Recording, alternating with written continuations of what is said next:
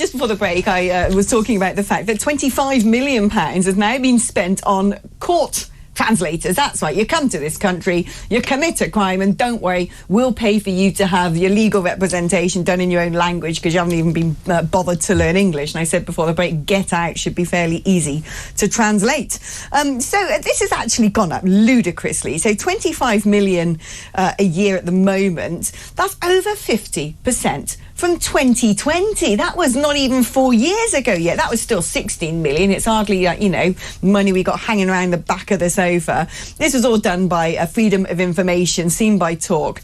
And this eye-watering amount of money the Ministry of Justice is paying to translators, overseas offenders put through the criminal justice system between 2023 and 24. But Justice Insiders insist the courts are not solely dedicated to foreign criminals, but to witnesses too. I mean, that we kind of do need. If you've seen someone go and bash someone over the head and you can't speak English, it'd be nice to know what you saw. But it comes back once again to what we were talking about, which is, wouldn't it help if actually everybody in this country could speak English, particularly if they live here? And I had someone who messaged me earlier from Spain. I can't find it now, but they had said in Spain, if you don't speak Spanish and you have committed an offence, you need to pay for your own translator. That would be a pretty good place to start. Well, to broaden out this conversation, let's talk now to Elliot Keck, who's head of campaigns at the Taxpayers Alliance. Hi, Elliot. Good afternoon. I mean, look, part of the reason everyone's going tonto and taking to the streets is they got no coins in their back pocket either. They feel like they're being taxed to smithereens and none of the benefits are coming to them. In fact, it's largely holing up people in hotels and with 5 children on, welfare payments when everyone's kind of going, what are they doing here? And now we find out that yet another expense levelled at the British taxpayer in translation costs. We see it in the NHS and now we see it in our courts. Well, you're right to point to the costs on ordinary people. The TPA released our debt clock this week, which shows the national debt ticking up at £4,400 per second. But listen, on the point of translation services, the BBC had a story in 2014 that translation services cost the public sector as a whole £140 million. Now, your story shows that 10 years later, just one department, just one part of the public sector is spending £25 million. That doesn't include the translation services provided by the NHS, by councils, and by the police and other departments. And I think it speaks to the problem of multiculturalism and integration. If you provide these services for free and if you provide these services practically unlimited, there really isn't an incentive for people to learn English anymore, which I do think is a big problem. Yeah, I wonder at what point we're going to have to start translating road signs in parts of London into sort of Arabic scrawl, quite frankly, if we keep going down this route. But, what is the solution other than saying, right, you got to pay for this yourself? Many people, frankly, have come into the country, probably couldn't afford to do that. So where are we left?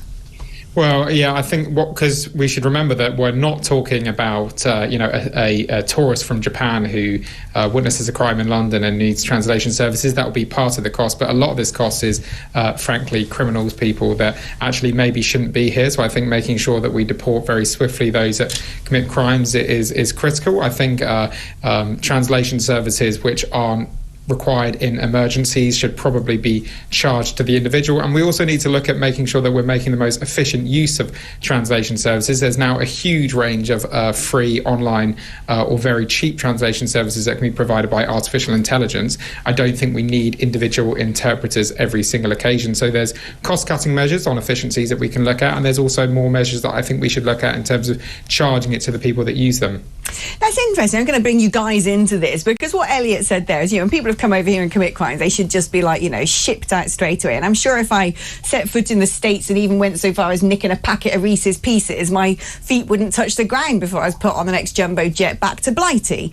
And that is because, of course, we have a deportation agreement, no doubt, well, not entirely, but we have a good relationship with the United States. And I wonder, actually, if we need to start getting real about saying we can't have open doors to countries with whom we can't have a dialogue if these people then, come and commit crimes here. Is that something that you think we should be doing? Saying, right, don't mind there being a great immigration relationship with Australia. You want to come over here and work in our hotels and our bars like Aussies used to do. Great, let's do that, because we know if you then, commit a crime, we can pick up the blower and get them sent back. Whereas when you've got people coming over from Afghanistan, from Syria, from, Lord knows where, that's just not possible. But this does feed into what we were talking about before, that all these people are coming to this country and living here, and these costs of translating for those that commit crimes are sort of astronomical. So a large number of them seem to come over and not particularly pay any attention to respecting our laws. And the reason we were able to get these figures with a Freedom of Information request is you can do it with one fell swoop to the Justice Department. What we weren't able to do was to find out exactly how much the NHS is spending on translation, because you'd have to go to hospital to hospital to hospital, but that's estimated to be maybe 100 million. So it feeds back into what we were just saying. We've got to start making people speak English. Yeah, I mean, actually, one of the pull factors used to be for people coming to this country is because English is the most widely spoken language in the world. It is the lingua franca. I mean, I think more people speak Cantonese or Mandarin, or Mandarin, more than English. But that's only because there's just billions of them, but they don't tend to speak it in other countries, whereas the most widely spoken language in foreign countries is English. So why on earth, if then people have come to England, are we speaking their languages? Yeah. It's obviously a basic for integration, so that we can avoid the kind of costs that we've been discussing.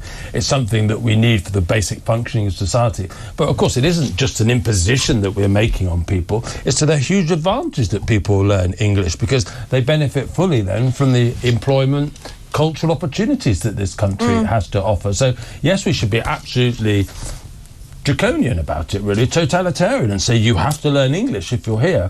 And pay for it yourself. It's not as though we're not benefiting the people, though, once they have learned English. Yeah, no, well, do you know what? That's on my shopping list of things I'd love to see. When you're happen. Home Secretary, when we've made you Home Secretary. When I'm authoritarian ruler, thank you very much. Okay. Yeah, Elliot, would that be a good place to start? Because again, people would say, that's great, we've got to make everyone speak English, but no doubt the bill would end up coming out of our back pockets. Maybe we should start putting in place a policy that you've got to prove you've got a basic standard of English. We don't even have that, I don't think, for being able to come and study over here, which just beggars belief, doesn't it? Well, yeah, and listen, I mean, Tim will have heard from people that have knocked on doors in London and found residents that don't speak a word of English despite being on the electoral roll, that will have been in buildings where the only text inside the building is in Arabic or other foreign languages. And listen, I think we need to be a lot more robust about expecting people to speak English. I think if you don't do that, that's bad for them, it's bad for taxpayers because of the cost of things like translation services. But ultimately, fundamentally, it's about who we are as a country. Do we really want to be, multiple isolated communities, everybody keeping to themselves and without a shared common language, or do we want to be one big happy society that I'm sure it sounds like the Talks TV studio is today? Oh, it is. Like I said, we're united in hate. It's very beautiful in here. Elliot, thank you so much. Elliot Keck, Head of Campaigns at Taxpayers Alliance.